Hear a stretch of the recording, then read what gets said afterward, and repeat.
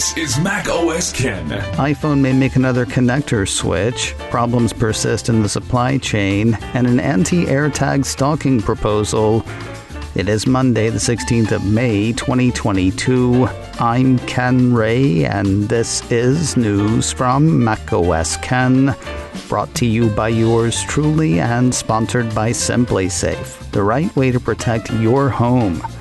Get a free indoor security camera plus 20% off with interactive monitoring at simplysafe.com/macOSKen.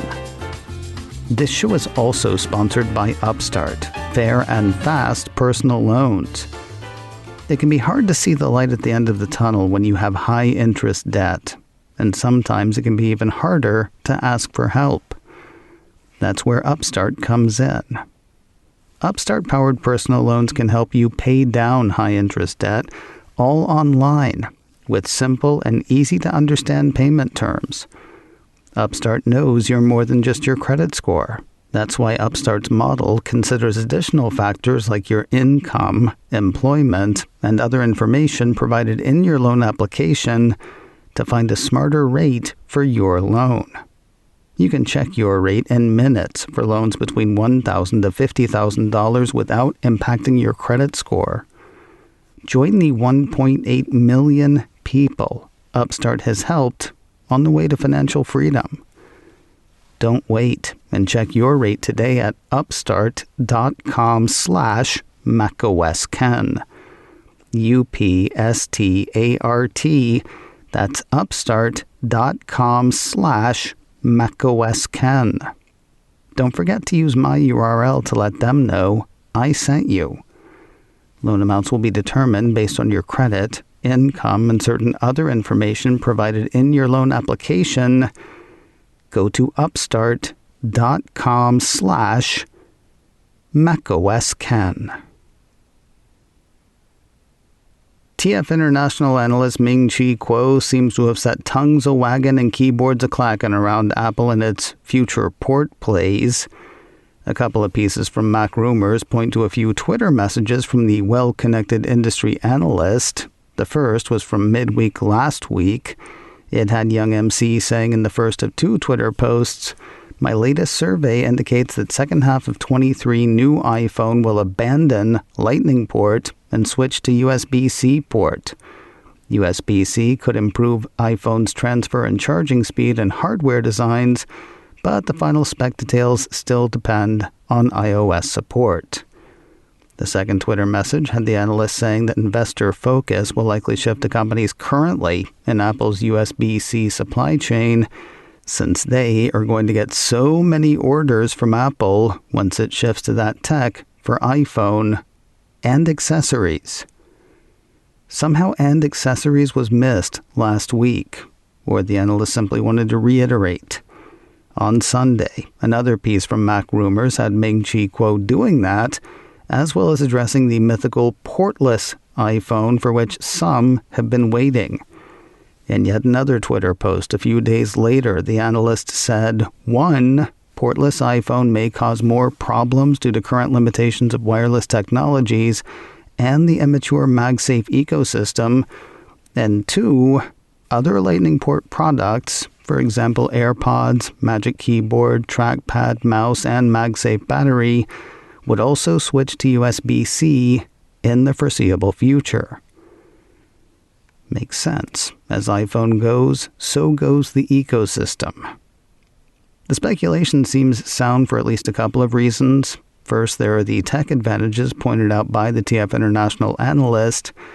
The second has to do with proposed legislation in the European Union. Mac Rumors points out that the EU is working on laws that would require Apple to use USB-C technology across its product lineup on iPhones, iPads, and AirPods. One port to rule them all seems to be the EU's wish. Seems likely that Apple would simply choose to move everyone along, rather than making special editions for EU countries. Worth noting, Bloomberg's Mark Gurman says he has confirmed talk of the move to USB-C for iPhone in 2023. That said, he does not seem to have commented on the accessories. If it happens, expect a new era of dongles. According to Mac Rumors, if Apple does transition to USB-C, Gurman says that the company will come out with an adapter that would let USB-C iPhones connect to accessories that have Lightning ports, which you can keep plugging your 3.5mm headphones into, I guess. Hey, maybe by the time iPhone adopts USB-C in 2023, problems in the supply chain will be behind us. Right now, we are still way in them. The South China Morning Post posted a piece on Friday saying iPhone supplier Pegatron has cut production in Shanghai. This as COVID-related lockdowns keep popping up. The good news, restrictions are expected to be loosened this Friday, the 20th of May.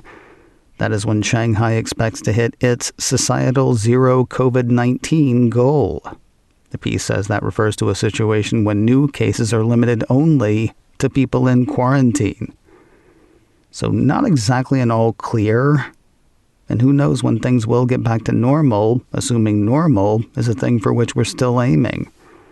According to the report, more than half of Apple's 192 suppliers that manufacture on the mainland, including Foxconn, Pegatron, Quanta, Wistron, and Compal Electronics, have production facilities in lockdown-hit Shanghai and eastern Jiangsu province, according to calculations by the South China Morning Post.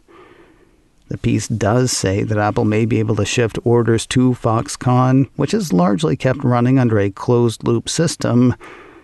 Of course, we heard indications last week that even Foxconn may fall prey to the same pandemic, supply chain, geopolitical, and inflationary concerns that have gummed up the works for other manufacturers. Did you know that in Ohio, it might be legal to use an AirTag to stalk someone? It shouldn't be for much longer, though. The website for Cleveland's WKYC says bipartisan legislation has been proposed that would make that societal no-no an actually illegal thing. According to the site, the TV station's investigation uncovered loopholes in Ohio law that would allow stalkers to secretly track someone, potentially without penalty, if there has been no prior pattern of stalking behavior or domestic violence. Now, a Democrat and a Republican have proposed HB 672.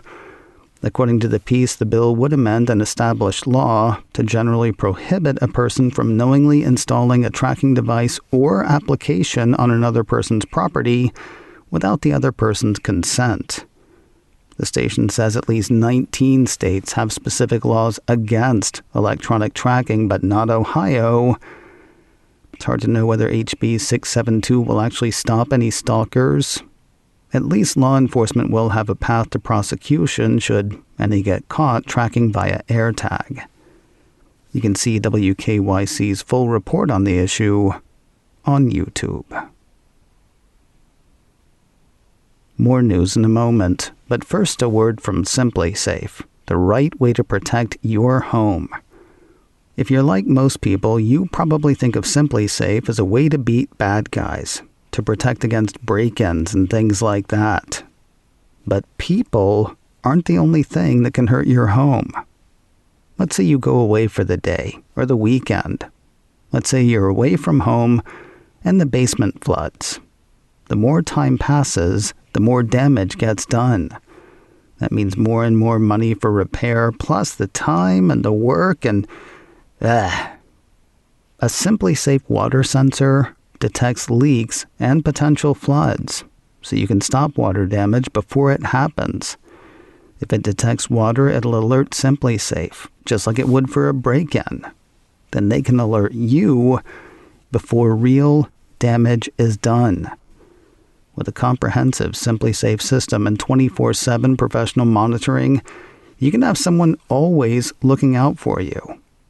Plans cost under $1 a day with no long-term contracts or hidden fees, ever. And installation is a breeze. I had my base station, keypad, and sensors up and running in well under an hour. Whole home protection. That's Simply Safe. You can customize the perfect system for your home in just a few minutes at simplysafe.com/macOSCan. Go today and claim a free indoor security camera plus 20% off with interactive monitoring. SIMPLI. Go to simplysafe.com/macOSCan. Not sure what held the record for records before, but there was a new record for Apple Music this week. iMore had Apple Music tweeting on Saturday that Kendrick Lamar's new album is now the one to beat. According to the post, Lamar's Mr. Morale and the Big Steppers had the most first-day streams for an album release so far in 2022. I've heard lots of good things about this album from people a little older and considerably younger than me. Apple Music seems impressed, not just by the number of impressions. Quoting parts of the streamer's write-up of the album, the project is split into 2 parts, each comprising 9 songs, all of which serve to illuminate Lamar's continually evolving worldview. Central to Lamar's thesis is accountability.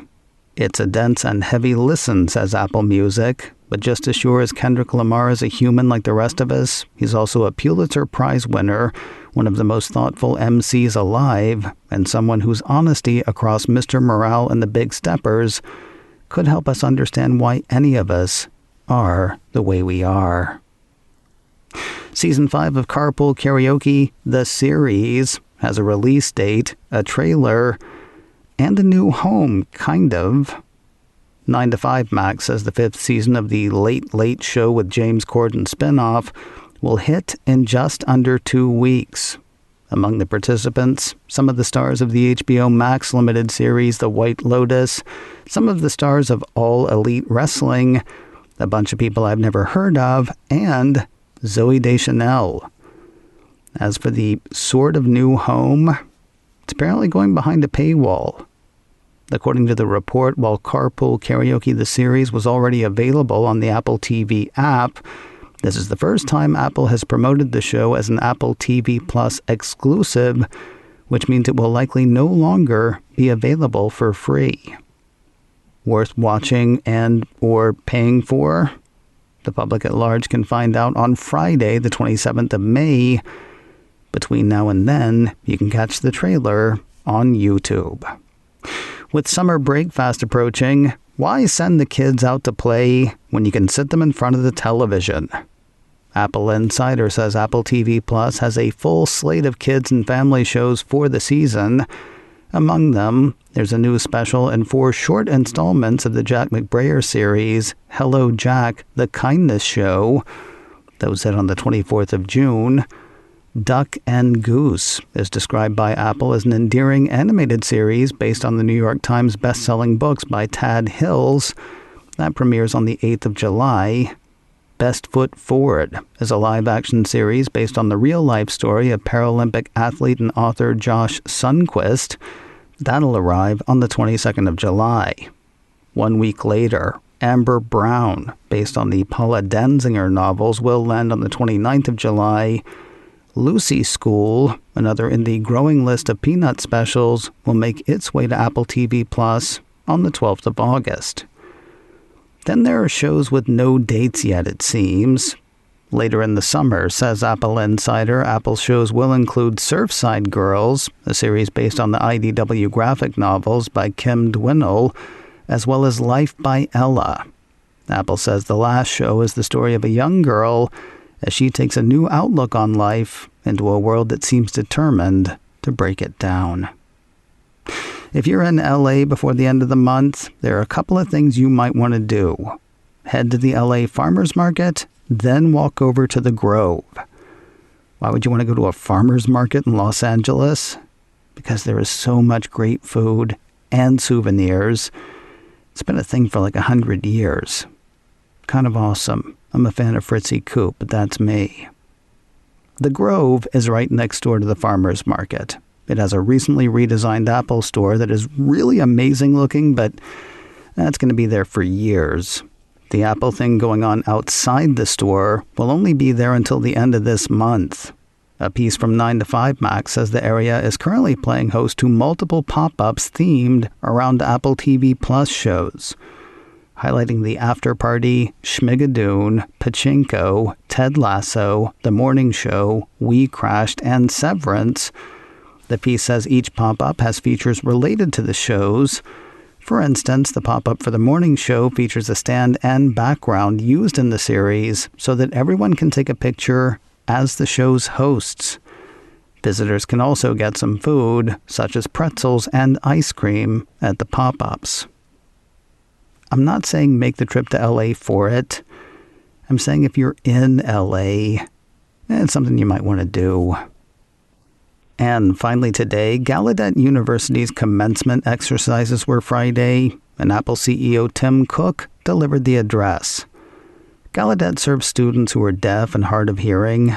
A piece from CNET says the CEO used the speech to reiterate Apple's commitment to the environment, privacy, and accessibility. According to the report, Cook said his company's partnership with the Washington University underscores Apple's efforts to create inclusive products. He singled out cooperation with the Gallaudet community as being particularly important in helping the company create a guide within Apple Maps to help people find deaf-owned businesses. Not that the whole speech was about accessibility. Most of it wasn't. I mean, it's a commencement address. Gotta pep people up for going out and doing. A piece from 9 to 5 Mac says throughout the commencement address, Cook offered life and professional advice to the graduating class of 2022, though he said it all boiled down to one piece of advice, the only advice he would offer. Whatever you do, he said, lead with your values.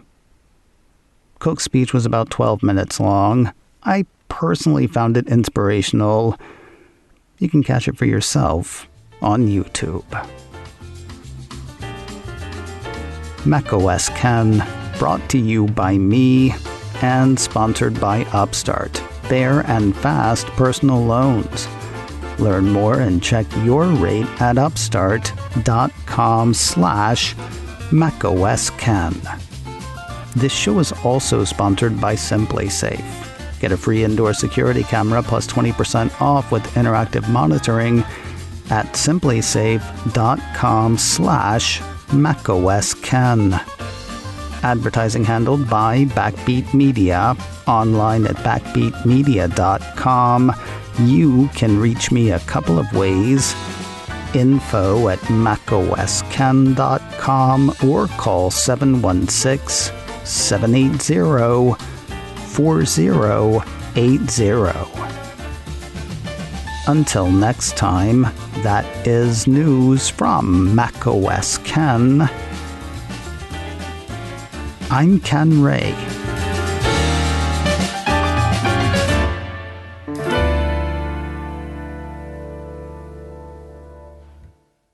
Ciao.